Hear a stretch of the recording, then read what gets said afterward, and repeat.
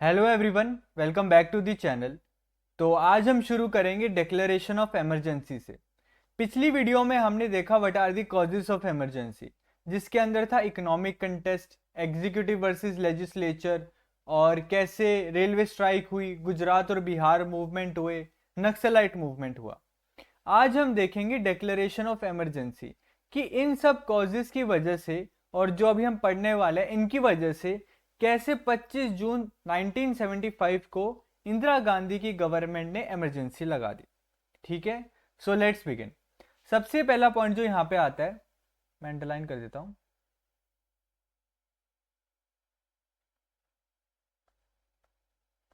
सबसे पहला पॉइंट जो यहां पे आता है वो है 12 जून 1975 का इलाहाबाद हाई कोर्ट का केस। इसको समझते हैं। 12 जून 1975 को इलाहाबाद हाई कोर्ट में एक पिटिशनर, जिनका क्या नाम था, राज नरेन, जाते हैं और वो इंदिरा गांधी के अगेंस्ट कंप्लेंट, उनकी हियरिंग थी। और इनकी कंप्लेंट की डिमांड क्या थी, इनकी कंप्लेंट का बेसिस क्या था।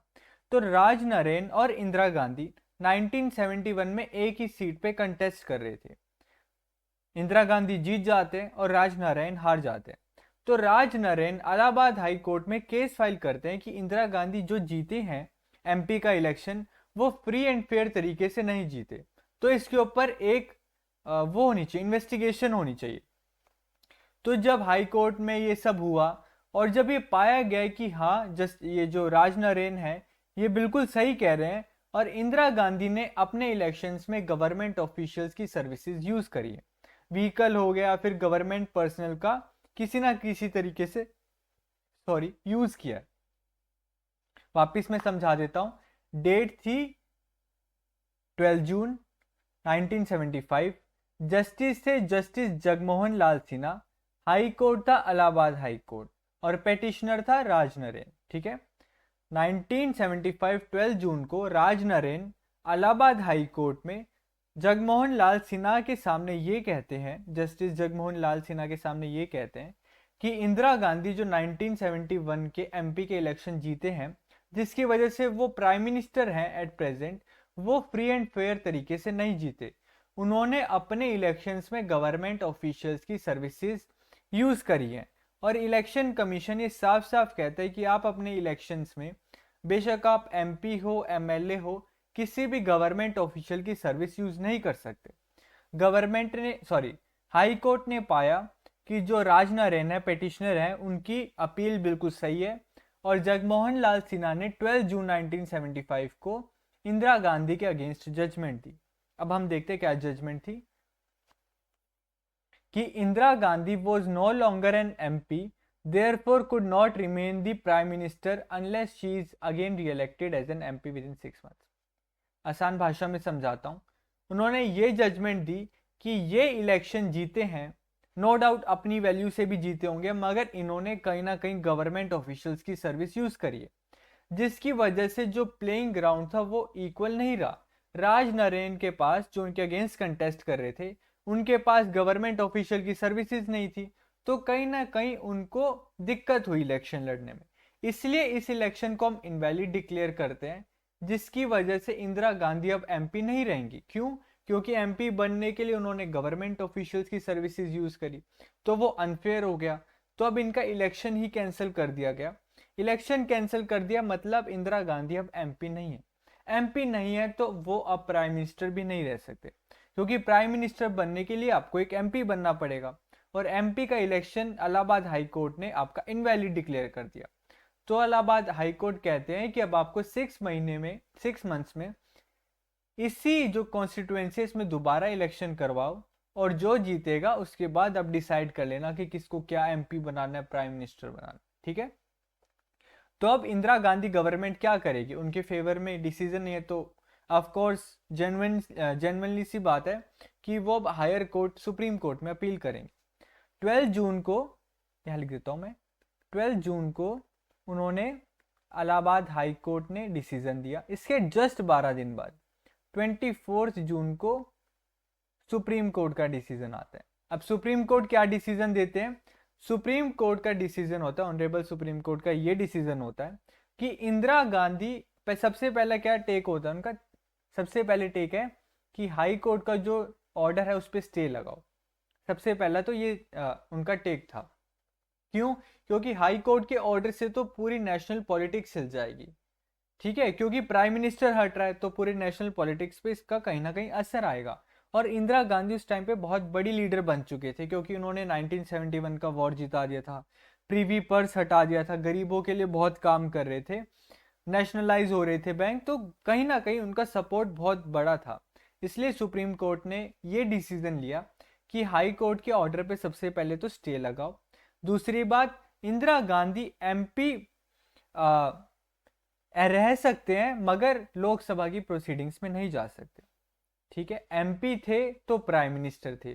Prime minister as an prime minister Lok Sabha की हियरिंग्स में जाना बहुत इंपॉर्टेंट होता है। उन्होंने कहा कि आप एमपी रह सकते हो मगर आप लोकसभा की प्रोसीडिंग्स में नहीं जा सकते। ये तो वही बात हो गई कि आपको दिखाने की पावर है मगर आप पावर एक्सरसाइज नहीं कर सकते, क्योंकि एमपी जितने भी होते हैं वो लोकसभा में जाके बैठते, राज्यसभा में बैठते। तो हाई सुप्रीम कोर्ट के डिसीजन से भी कहीं ना कहीं ये लगता है कि इंदिरा गांधी जी सेटिस्फाइड नहीं थी, जिसकी वजह से इससे अगले ही दिन रात को इमरजेंसी लगा दी। इमरजेंसी कब लगाई गई? 25 जून को। ये टाइमलाइन याद रख लेना। 12 जून को हाई कोर्ट का डिसीजन, 24 जून को सुप्रीम कोर्ट का डिसीजन, 25 जून को इमरजेंसी। तो यही समझ आता है कि उनको लगा था सुप्रीम कोर्ट कुछ अच्छा फैसला देंगे, उनके फेवर में फैसला देंगे। उन्होंने फैसला दिया मगर कहीं ना कहीं वो भी इतना फेवरेबल इंदिरा गांधी को नहीं लगा होगा। ठीक है, ये 12 जून वाला बहुत इंपॉर्टेंट है। 12 जून में क्या हुआ था? इलाहाबाद हाई कोर्ट में जस्टिस जगमोहन लाल सिन्हा ने राज नरेन के पेटिशन पे इंदिरा गांधी के अगेंस्ट डिसीजन सुनाया था। ठीक है, इसके बाद क्या आता है? इसके बाद हम देखते हैं क्राइसिस एंड रिस्पॉन्स कि हुआ क्या था एग्जैक्टली 25 जून को। 25 जून को सॉरी, आपको याद होगा जेपी नारायण। जेपी नारायण कौन से मूवमेंट से एसोसिएटेड थे?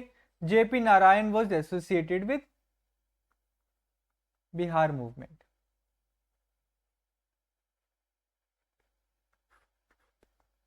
तो जेपी नारायण भी उस टाइम तक बहुत बड़े लीडर बन चुके थे। क्यों? क्योंकि वो तो पहले से पॉलिटिक्स में एक्टिव थे और मार्च 1974 से वो बिहार मूवमेंट को लीड कर रहे थे। तो एक साल बाद 25 जून 1975 को, एक साल से भी ज़्यादा टाइम हो गया, 25 जून 1975 को जेपी नारायण दिल्ली की रामलीला ग्राउंड में एक मैसिव डेमोन्स्ट्रेशन करते हैं, लोगों को इकट्ठा करते हैं इंदिरा गांधी के अगेंस्ट। क्यों? क्योंकि पिछले ही दिन 24 जून 1975 को सुप्रीम कोर्ट ने जो डिसीजन दिया उसमें भी कहीं ना कहीं इंदिरा गांधी को एज एन गिल्टी डिपिक्ट किया जा रहा था। तो इनको लगा कि ये मौका ढूंढ के इंदिरा गांधी का रेजिग्नेशन ले लेते। तो वो एक डेमोन्स्ट्रेशन करते हैं, कहाँ पे? दिल्ली रामलीला ग्राउंड में। कब? 25 जून 1975 को। किस लिए? इंदिरा गांधी के रेजिग्नेशन के लिए। इंदिरा गांधी रिजाइन क्यों करे? क्योंकि हाई कोर्ट का decision out and out Indira Gandhi के अगेंस्ट था और सुप्रीम कोर्ट का भी डिसीजन कहीं ना कहीं इंदिरा गांधी के अगेंस्ट था। तो ये मौका उनको अच्छा लगा कि इंदिरा गांधी का रेजिग्नेशन लेके अपनी गवर्नमेंट लाने का। ठीक है, तो उन्होंने क्या अनाउंस किया? नेशन वाइड सत्याग्रह, और आर्मी और पुलिस को कहा कि आप इलीगल और इमोरल ऑर्डर्स को ना फॉलो करो। ये बहुत इंपॉर्टेंट है। किसने कहा था आर्मी को इलीगल एंड इमोरल ऑर्डर्स ना फॉलो करने के लिए?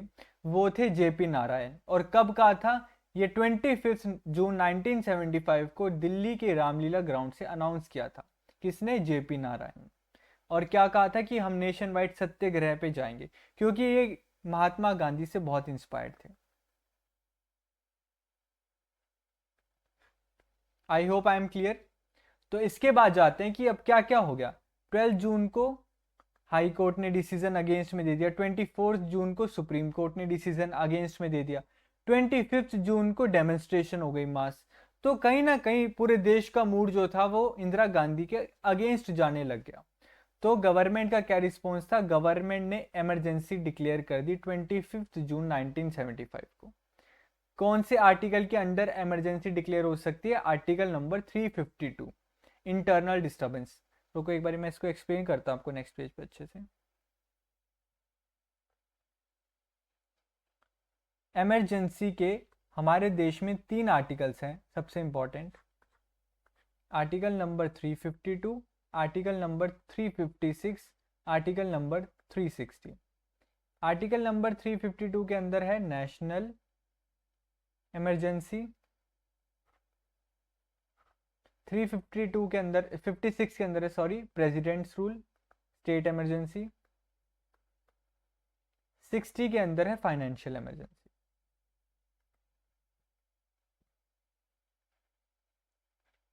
अब ये अलग अलग मौके पे लगाई जाती है। आर्टिकल 352 उस टाइम पे 1975 के लिए 2 क्राइटेरिया थे। सबसे पहले नेशनल इमरजेंसी कब लगाई जा सकती है हमारे कॉन्स्टिट्यूशन के अकॉर्डिंग, या तो आपके देश पे किसी ने हमला कर दिया, वॉर में हुआ, और दूसरा क्या था, दूसरा था इंटरनल डिस्टर्बेंस।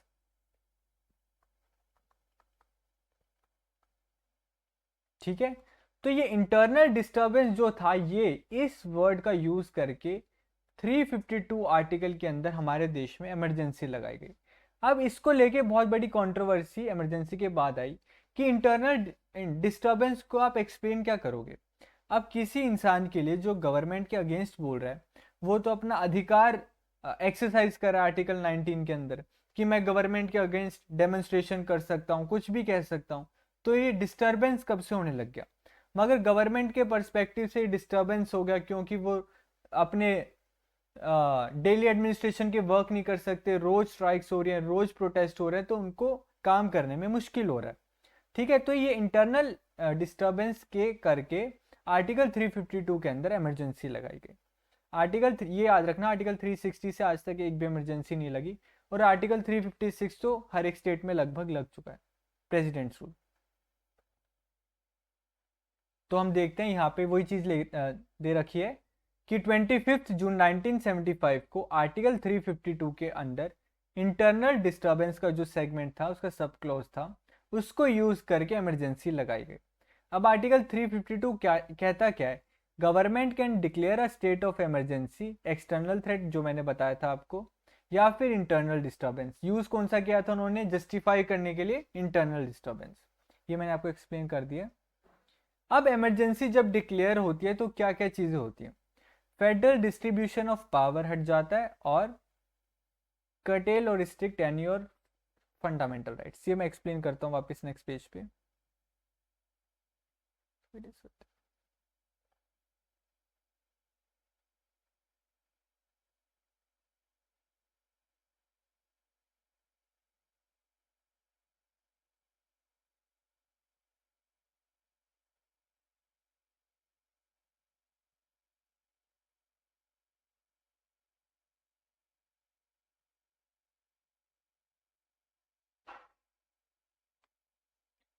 ठीक है, तो क्या होता है, once an emergency is declared, अब कॉन्सिक्वेंसेस क्या होते हैं,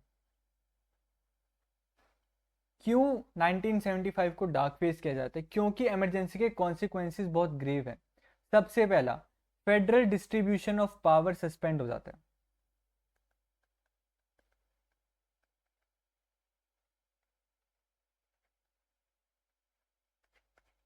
फेडरल डिस्ट्रीब्यूशन ऑफ पावर से हमारा मतलब क्या है, अब आपको पता होगा कि हमारी जो कॉन्स्टिट्यूशन है उसके स्केड्यूल में दे रखा है कि जितनी भी पावर है उसको स्टेट लिस्ट, सेंट्रल लिस्ट और कॉन्करेंट लिस्ट में बांटा गया, कि कुछ ऐसे एरियाज है जिसमें कोई भी स्टेट अपना अधिकार मतलब रूल ला सकती है, कुछ एरियाज में सेंट्रल गवर्नमेंट एक्सरसाइज करती है पावर, और कुछ एरिया में दोनों कर सकते हैं। ठीक है, मगर जिस दिन इमरजेंसी डिक्लेयर होगी, जितने भी एरियाज हैं जो स्टेट लिस्ट के अंदर आते हैं, सब किसके अंडर चले जाएंगे, यूनियन के अंडर। सबसे पहला तो ये, मतलब स्टेट, कोई भी स्टेट प्रैक्टिकली उसके पास कोई पावर नहीं बचती जब कोई इमरजेंसी डिक्लेयर होती है। दूसरा जो इसका सबसे बड़ा ग्रेव कॉन्सिक्वेंस है वो है फंडामेंटल राइट्स का। फंडामेंटल राइट्स भी सस्पेंड या फिर कर्टेल हो सकते हैं। ठीक है, कर्टेल या फिर रिस्ट्रिक्ट। अब फंडामेंटल राइट्स के अंदर दे क्या रखा है, आर्टिकल 14, 15, 16, 17, 18 से लेके 32 तक, ये सारे हमारे फंडामेंटल राइट्स हैं। इनके अंदर दे क्या रखा है कि डिस्क्रिमिनेशन नहीं होगा, राइट टू लाइफ होगी एंड लिबर्टी होगा, कुछ भी कह सकते हैं, फ्रीडम ऑफ एक्सप्रेशन, स्पीच, ये सब दे रखे हैं, तो ये सब भी सस्पेंड हो जाएंगे। अब आपको मान लो किसी के अगेंस्ट कुछ बोलना है, गवर्नमेंट की किसी पॉलिसी के अगेंस्ट बोलना है, मगर आपको ये फंडामेंटल राइट दे रखा है कि आप कुछ भी बोल सकते हो। अगर गवर्नमेंट आपको उसकी पॉलिसी के अगेंस्ट नहीं बोलने दे रही तो आप सीधा सुप्रीम कोर्ट जा सकते हो, ये फंडामेंटल राइट की पावर है। मगर जिस दिन इमरजेंसी लगेगी आपका एक भी फंडामेंटल राइट नहीं बचेगा, या फिर जो जो बेसिक राइट है अगर गवर्नमेंट चाहे वो भी सस्पेंड कर देगी। तो गवर्नमेंट ने वही करा, आर्टिकल 19 सस्पेंड कर दिया, 20 सस्पेंड कर दिया, 19, 20, 21, ये बहुत बड़े बड़े आर्टिकल्स हैं। 19 क्या है कि आप freedom of speech and expression है, आप अपनी बात ऐसी रख सकते हो जो मान लो गवर्नमेंट को पसंद हो ना हो, मगर आपको एक बात रखने का तरीका आना चाहिए, बस ये है। आर्टिकल 20 ये बहुत इंपॉर्टेंट है। Article 21 right to life and liberty, ये ले लिया गया आपसे। अब इससे क्या हुआ कि जो भी लोग अरेस्ट हुए वो कोर्ट नहीं जा सकते थे। क्यों? क्योंकि फंडामेंटल राइट ही ले लिया गया कि आप कोर्ट जा सकते हो। अब आपका एक फंडामेंटल राइट है, आप कुछ बोल सकते हो, अगर आपसे वो ही ले लिया तो आप उसके लिए कोर्ट ही नहीं जा सकते। समझ गए? इसको इजी भाषा में समझते हैं। अगर 19 वायलेट होता है नॉर्मल टाइम्स में तो हम सुप्रीम कोर्ट जाते हैं, ये हमारा फंडामेंटल राइट है जो हमें पावर देता है कि हम सुप्रीम कोर्ट जा सकते हैं। मगर एक राइट ही नहीं बचेगा तो हम सुप्रीम कोर्ट जाएंगे कैसे? तो ये राइट ही सस्पेंड कर दिया। अब आपको मैं कुछ बोलने दूं या ना बोलने दूं, आप सुप्रीम कोर्ट जा ही नहीं पाओगे। I hope I am clear. इसके बाद क्या हुआ, ये दो सबसे बड़े कॉन्सिक्वेंस होते हैं जैसे ही इमरजेंसी डिक्लेयर होती है। अब हुआ कैसे, इमरजेंसी लगाई कैसे गई, उसकी स्टोरी जानिए। नाइट ऑफ 25 जून 1975, जिस दिन ये सब मास डेमोन्स्ट्रेशन हुई जेपी नारायण की, उसी दिन रात में पीएम इंदिरा गांधी ने प्रेसिडेंट कौन थे उस टाइम के, प्रेसिडेंट का नाम याद रखना जिसने इमरजेंसी लगाई थी, प्रेसिडेंट थे फखरुद्दीन अली अहमद। उनके पास जाके उनको रिकमेंड किया कि आप इमरजेंसी डिक्लेयर कर दो इंटरनल डिस्टर्बेंस के ग्राउंड पे, आर्टिकल 352 लगा दो। अब होता क्या है कि अगर किसी को इमरजेंसी डिक्लेयर करनी होती है तो वो प्रेसिडेंट है, क्योंकि जो सारी पावर है वो प्रेसिडेंट के हाथ में वेस्टेड है, मगर इंजॉय प्राइम मिनिस्टर करता है।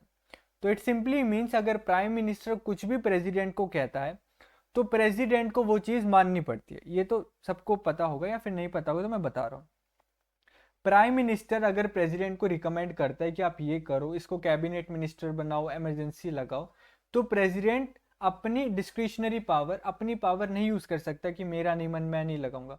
प्रेसिडेंट को प्राइम मिनिस्टर की बात माननी पड़ेगी और जो प्राइम मिनिस्टर कह रहा है वो करना पड़ेगा, क्योंकि प्रेसिडेंट एक नॉमिनल हेड है, रियल पावर जो है वो प्राइम मिनिस्टर के पास है। तो उन्होंने इंदिरा गांधी की बात मानते हुए इमरजेंसी को उसी टाइम डिक्लेयर कर दिया।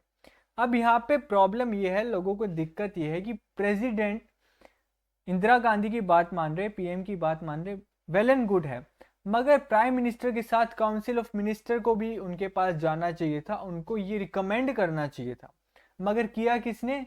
सिर्फ प्राइम मिनिस्टर के कहने पे उन्होंने इमरजेंसी डिक्लेयर कर दी। ठीक है, मतलब सिर्फ पीएम के कहने पे इमरजेंसी डिक्लेयर कर दी, करनी चाहिए थी PM and council of minister के कहने पे। एक बात सबसे बड़ी जो लोगों को दिक्कत है वो है इससे। अब हुआ क्या, जैसे ही फखरुद्दीन अली अहमद ने इमरजेंसी डिक्लेयर करी, रात ही को जो बड़े बड़े न्यूज़पेपर्स थे उनकी इलेक्ट्रिसिटी काट दी गई। क्यों? ताकि वो बड़े बड़े न्यूज़पेपर्स कुछ भी गवर्नमेंट के अगेंस्ट ना छाप सके, कुछ भी ऐसा ना प्रिंट कर दे जिसकी वजह से लोग डर जाएं और जिससे इंदिरा गांधी की इमेज को खराब हो, और लोगों को पता भी ना चले कि इमरजेंसी लग गई है।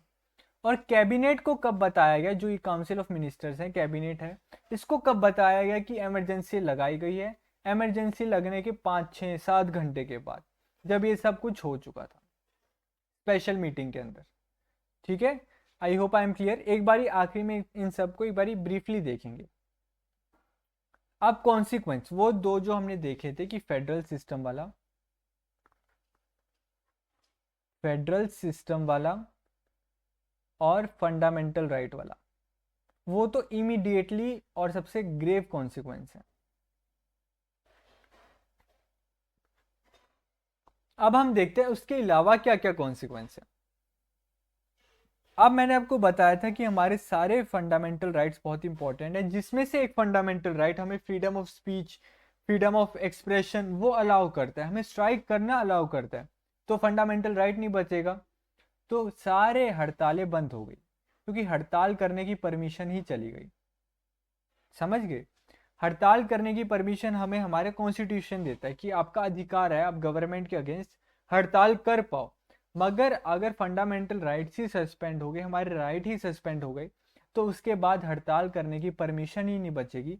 तो जितनी भी हड़तालें थी वो इलीगल हो गई और उनके ऊपर पुलिस वाले एक्शन ले सकते थे। इसलिए सारी हड़तालें बंद हो गई, स्ट्राइक्स बैन हो गए। जितने भी अपोजिशन लीडर्स थे, ये जेपी नारायण, जनता पार्टी के, इन सबको अरेस्ट कर लिया गया। फ्रीडम ऑफ प्रेस सस्पेंड कर दी गई। प्रेस सेंसरशिप ये समझते हैं। प्रेस सेंसरशिप सिंपली मीन्स कि अब मान लो आप एक न्यूज़पेपर कंपनी के ओनर हो, आपका मन है कि आप कुछ चीज़ प्रिंट करोगे तो आप वो कर दोगे प्रिंट। मगर प्रेस सेंसरशिप में जो भी न्यूज़पेपर है वो अपने मन से कुछ भी प्रिंट नहीं कर सकते। उनको एक ड्राफ्ट बनाना पड़ता है, वो ड्राफ्ट बना के प्राइम मिनिस्टर के पास भेजना पड़ता है या किसी एक अथॉरिटी के पास भेजना पड़ता है। वो अथॉरिटी वो पूरे ड्राफ्ट को अच्छे से देखती है और उस अथॉरिटी को ऐसा लगता है कि गवर्नमेंट के अगेंस्ट कुछ दे रखा है, तो वो चीज़ वहाँ से हटा दी जाती है और वो जो नई चीज़ है, नया ड्राफ्ट है, वो वापस न्यूज़पेपर ऑनर को भेज दिया जाता है ताकि वो प्रिंट कर सके। समझ गए? नॉर्मल टाइम्स में न्यूज़पेपर का ऑनर या एडिटर्स जो चाहे वो प्रिंट कर सकते हैं, मगर जब इमरजेंसी लगती है तो उनको पहले गवर्नमेंट के पास भेजना पड़ता है। गवर्नमेंट को कुछ ऐसा लगता है कि ये चीज़ नहीं प्रिंट होनी चाहिए, तो वो हटा के उसको वापस न्यूज़पेपर्स के पास भेजते हैं और वो प्रिंट नहीं कर सकते जो चीज़ हट गई। अब मान लो गवर्नमेंट ने कोई चीज़ ब्लैंक छोड़ दी, वहाँ से हटा दिया, आप ये नहीं है कि उस चीज़ को वापस डाल के छाप दो तो आपका न्यूज़पेपर ही बंद कर देंगे या फिर कोई एक्शन लिया जाएगा, आप वो चीज़ नहीं प्रिंट कर पाओगे। इसको बोलते हैं प्रेस सेंसरशिप। दो सबसे बड़ी ऑर्गेनाइजेशन, राष्ट्रीय स्वयंसेवक संघ आरएसएस और जमायत इस्लामी को बैन कर दिया गया। कौन सी ऑर्गेनाइजेशन थी ये याद रखना, राष्ट्रीय स्वयंसेवक संघ और Jamaat Islami. Fundamental right suspend हो गए, including the rights of citizens to move to court for restoring the fundamental rights. अब एक फंडामेंटल राइट ये भी है कि आपके फंडामेंटल राइट्स अगर लिए जा रहे हैं तो आप कोर्ट जा सकते हो। ये फंडामेंटल राइट भी आपसे ले लिया गया कि आपके फंडामेंटल राइट्स वायलेट होते हैं तो आप कोर्ट भी नहीं जा पाओगे, मैंने समझा दिया था। अगला है प्रिवेंटिव डिटेंशन, मीसा।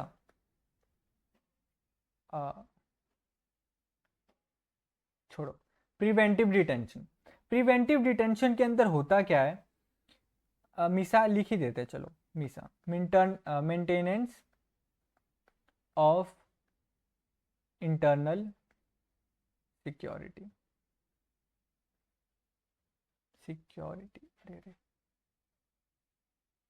एक्ट। अब ये प्रिवेंटिव डिटेंशन होता क्या है, अब नॉर्मल टाइम्स में अगर कोई इंसान कुछ गलत करता है तो उसको पुलिस अरेस्ट कर लेती है। प्रिवेंटिव डिटेंशन में कोई भी इंसान को अरेस्ट कर सकते हैं पुलिस, बेशक उसने कुछ गलत किया हो या ना किया हो। और वो पुलिस अरेस्ट क्यों करेगी, क्योंकि पुलिस को डर होता है कि ये इंसान कुछ गलत कर सकता है फ्यूचर में। समझे? प्रिवेंटिव डिटेंशन में ऐसा है कि पुलिस किसी भी इंसान को अरेस्ट कर सकती है, इसलिए नहीं क्योंकि उसने कुछ गलत किया है, इसलिए कि वो कुछ गलत कर सकता है फ्यूचर में।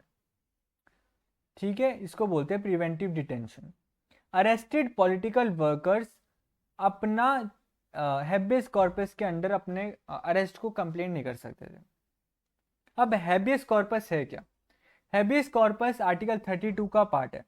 हैबियस कॉर्पस कहता है अगर किसी अथॉरिटी ने, पुलिस ने आपको अरेस्ट किया है तो आप 24 घंटे के अंदर उसको मजिस्ट्रेट के आगे पेश करोगे।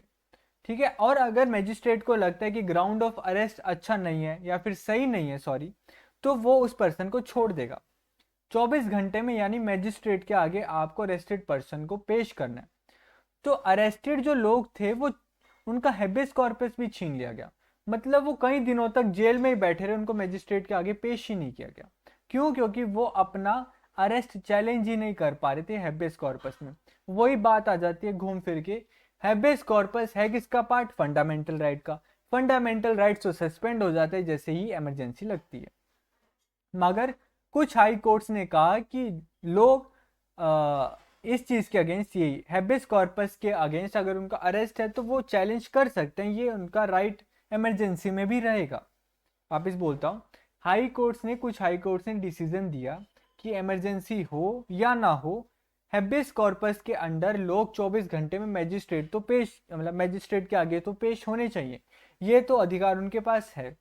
तो ये जब चीज़ सुप्रीम कोर्ट तक गई तो सुप्रीम कोर्ट ने कहा नहीं, ऐसा कुछ नहीं है, गवर्नमेंट जो कर रही है बिल्कुल सही कर रही है और हैबियस कॉर्पस और बाकी फंडामेंटल राइट्स सस्पेंडेड रहेंगे। तो ये जो सुप्रीम कोर्ट का डिसीजन है ये बहुत कंट्रोवर्शियल है।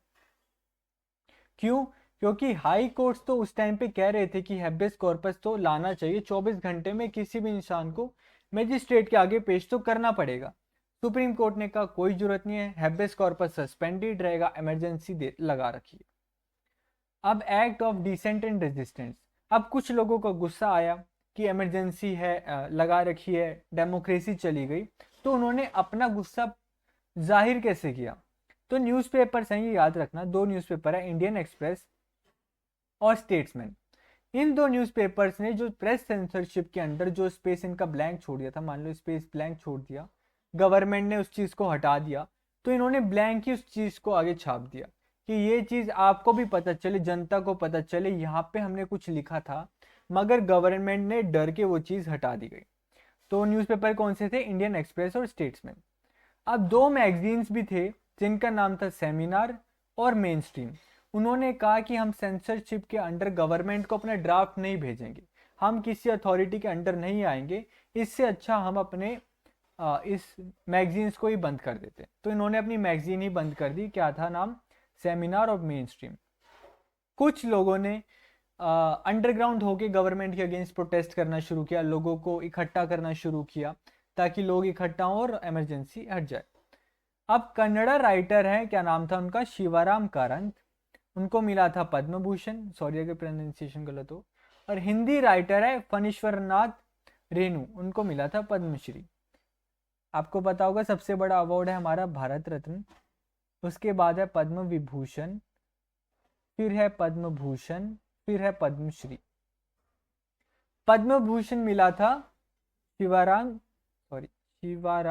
कारंत को, एसके लिख रहा हूँ, और हिंदी, ये थे कन्नड़ा राइटर, हिंदी राइटर फणीश्वर नाथ रेणु को मिला था पद्मश्री, FR लिख रहा हूँ, फणीश्वर नाथ रेणु। ये नाम याद रखना, इनको अवार्ड कौन सा मिला था ये याद रखना, ये आपके CUET या बोर्ड्स में क्वेश्चन आ जाएगा। अगर नहीं आएगा तो आप कॉन्सिक्वेंसेज ऑफ इमरजेंसी के अंदर ये लिखोगे तो आपके नंबर पूरे आएंगे या अच्छे नंबर मिलेंगे आपको। इनको ये अवार्ड्स मिले थे, पद्म भूषण और पद्मश्री। इन्होंने अपने अवार्ड्स, बहुत ही प्रेस्टिजियस अवार्ड्स हैं, इन्होंने अपने अवार्ड्स इमरजेंसी में वापस कर दिए कि हम खुश नहीं है, आपने इमरजेंसी लगाया गवर्नमेंट ने, आपने डेमोक्रेसी को सस्पेंड कर दिया, तो हमारा ये रेजिस्टेंट एक्ट ऑफ डिसेंट के तौर पे हम अपने अवार्ड्स जो आपने हमें दिए वो वापस कर रहे हैं। ठीक है, I hope I am clear. इसके बाद दो पॉइंट और रह गए। पार्लियामेंट ने, अब देखो आपको याद होगा अभी शुरू में पढ़ा हमने, 12 जून को इलाहाबाद हाई कोर्ट का डिसीजन, 24 जून को सुप्रीम कोर्ट का डिसीजन, दोनों डिसीजन इंदिरा गांधी के अगेंस्ट में थे। ठीक है, इमरजेंसी हटेगी तो इंदिरा गांधी की पोस्ट जाएगी, ये चीज तो जाहिर थी। तो पार्लियामेंट में अब इंदिरा गांधी एक नया अमेंडमेंट लाती है, अमेंडमेंट नंबर नहीं दे रखा आपकी बुक में, ये याद रखना, अमेंडमेंट नंबर 39। अब इस अमेंडमेंट में होता क्या है?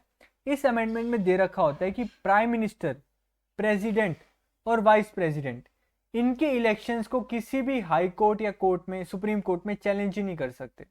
मतलब एक बारी प्राइम मिनिस्टर, प्रेसिडेंट या वाइस प्रेसिडेंट बन गए तो आपके इलेक्शंस को चैलेंज नहीं किया जाएगा, जहां तक मैंने इसको अंडरस्टैंड किया है इस चीज को 39th अमेंडमेंट के अंदर। मतलब अगर ये अमेंडमेंट पास हुई तो इंदिरा गांधी को उनकी पोजीशन से कोई नहीं हटा सकता 5 साल तक।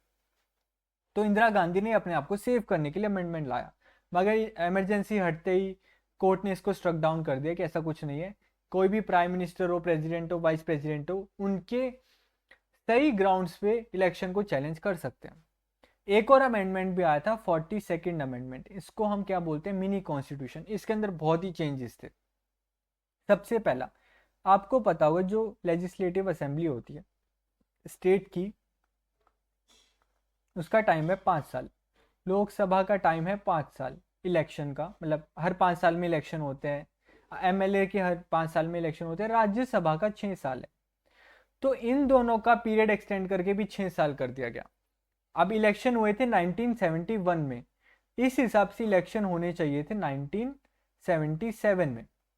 समझ गए? Duration of legislatures in the country were extended from 5 years to 6 year permanently, Lok Sabha के लिए भी और स्टेट लेजिस्लेटिव असेंबली के लिए भी। ये तो एक पॉइंट हो गया। And during an emergency election can be postponed by 1 year। अब ये बात समझो, 1971 में इलेक्शन हुआ, अब अगला इलेक्शन कब होना चाहिए था? 1976 में। क्यों? 5 साल बाद इलेक्शन होते हैं, ठीक है। अब इन्होंने एक तो टाइम बढ़ा दिया, 5 से 6 साल कर दिया, यानी 1971 के बाद अब इलेक्शन कब होगा? 1977 में। अब हो गया टाइम 6 साल, 1977 में इलेक्शन होना चाहिए। एक और इन्होंने अमेंडमेंट लाया कि इमरजेंसी के अंदर हम इलेक्शन 1 साल से पोस्टपोन कर सकते हैं। तो अब इलेक्शन कब होना चाहिए? 1978 में। यानी एक बार इलेक्शन जीतने के बाद, 1971 के इलेक्शन जीतने के बाद इंदिरा गांधी 1978 तक प्राइम मिनिस्टर रहना चाह रहे थे। 5 साल पहले था, 1 साल अमेंडमेंट से बढ़ाया, 1 साल इमरजेंसी कह के बढ़ाया, ये हो गए 7 साल। ठीक है, ये सब थे हमारे कॉन्सिक्वेंसेज ऑफ इमरजेंसी। अब इसको 2 मिनट के अंदर सबको ब्रीफली देख लेते हैं, ताकि आपके दिमाग में, माइंड मैप में एकदम आपको इजी आ जाए।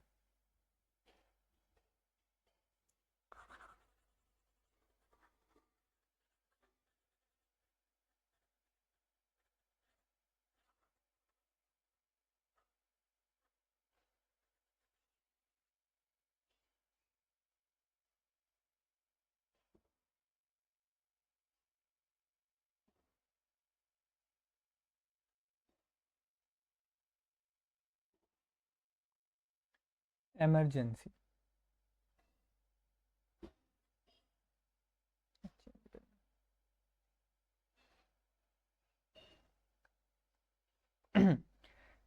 इमरजेंसी शुरू कैसे हुई? 12 जून को इलाहाबाद हाई कोर्ट ने डिसीजन दिया इंदिरा गांधी के अगेंस्ट। पेटिशनर थे राजनारायण, जज थे जगमोहन लाल सिन्हा। और ग्राउंड्स क्या था ग्राउंड्स था इंदिरा गांधी ने इलेक्शन के टाइम गवर्नमेंट ऑफिशियल्स की सर्विसेज यूज करी है। ठीक है। सेकेंड पॉइंट आता है हमारे पास, इस चीज को चैलेंज किया 24 जून में सुप्रीम कोर्ट ने। सुप्रीम कोर्ट का क्या डिसीजन था? एमपी तो रह सकते हो, लोकसभा की प्रोसीडिंग्स में पार्टिसिपेट नहीं कर सकते। फिर क्या हुआ? 25 जून को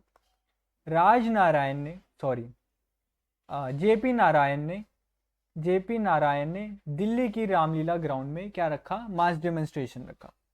25 जून की रात को इंदिरा गांधी जाते हैं प्रेसिडेंट फखरुद्दीन अली अहमद के पास, और उनको कहते हैं कि आप आर्टिकल 352 के अंदर इमरजेंसी लगा दो। आर्टिकल 352 के अंदर 2 पॉइंट के अंदर इमरजेंसी लग सकती है। एक, या तो आपका देश वॉर में हो, दूसरा या तो आपके देश में इंटरनल डिस्टर्बेंस बहुत हो। तो इन्होंने कौन सा यूज किया? Internal disturbance. अब ये करते ही क्या हुआ, क्या क्या कॉन्सिक्वेंस थे? रात को तो पहले न्यूज़पेपर्स वालों की लाइट काट दी गई, अरेस्ट कर लिया गया अपोजिशन के लीडर्स को, फेडरल स्ट्रक्चर सस्पेंड हो गया, फंडामेंटल एफआर सस्पेंड हो गए, आप कोर्ट भी नहीं जा सकते, हैबियस कॉर्पस के अंडर आप अपना अरेस्ट नहीं चैलेंज कर सकते। इसके बाद सुप्रीम कोर्ट ने डिसीजन दिया कि हाँ सही है, हाई कोर्ट मना कर रहे थे कि ऐसा नहीं होना चाहिए, तो कंट्रोवर्शियल डिसीजन था सुप्रीम कोर्ट का। और क्या हुआ? प्रेस सेंसरशिप हुई। ये चीज़ लिख के आना, प्रेस सेंसरशिप बहुत इंपॉर्टेंट है। प्रेस सेंसरशिप हुई। और क्या हुआ? Prevention maintenance of internal security act, preventive detention हुए। प्रिवेंटिव डिटेंशन क्या कहता है कि किसी भी इंसान को आप अरेस्ट कर सकते हो, नॉट बिकॉज कि उसने कोई गुनाह करा है, बट इसलिए क्योंकि वो गुनाह कर सकता है। तो एक्ट ऑफ रेजिस्टेंस क्या था, कुछ लोग अंडरग्राउंड होके गवर्नमेंट के अगेंस्ट प्रोटेस्ट करने लगे। दूसरा एक्ट ऑफ रेजिस्टेंस क्या था, न्यूज़पेपर ने ब्लैंक छोड़ दिया कुछ पेजेस, न्यूज़पेपर के नाम इंडियन एक्सप्रेस और एक और था, मैगजीन के नाम जिन्होंने क्लोज डाउन होना चाहा वो याद रखना। इसके बाद कौन दो राइटर्स थे जिन्होंने अपना वापस कर दिया अवार्ड, अवार्ड क्या था, राइटर्स का नाम क्या था। बस यही है इमरजेंसी के कॉन्सिक्वेंसेज में, इमरजेंसीज में क्या हुआ। सो आई थिंक आपको ये क्लियर होगा। अगर कुछ क्लियर नहीं है तो आप कमेंट में बता देना, मैं उसको एक शॉर्ट बना के या फिर एक दूसरी वीडियो में इजी वे में एक्सप्लेन कर दूंगा। So thank you for watching.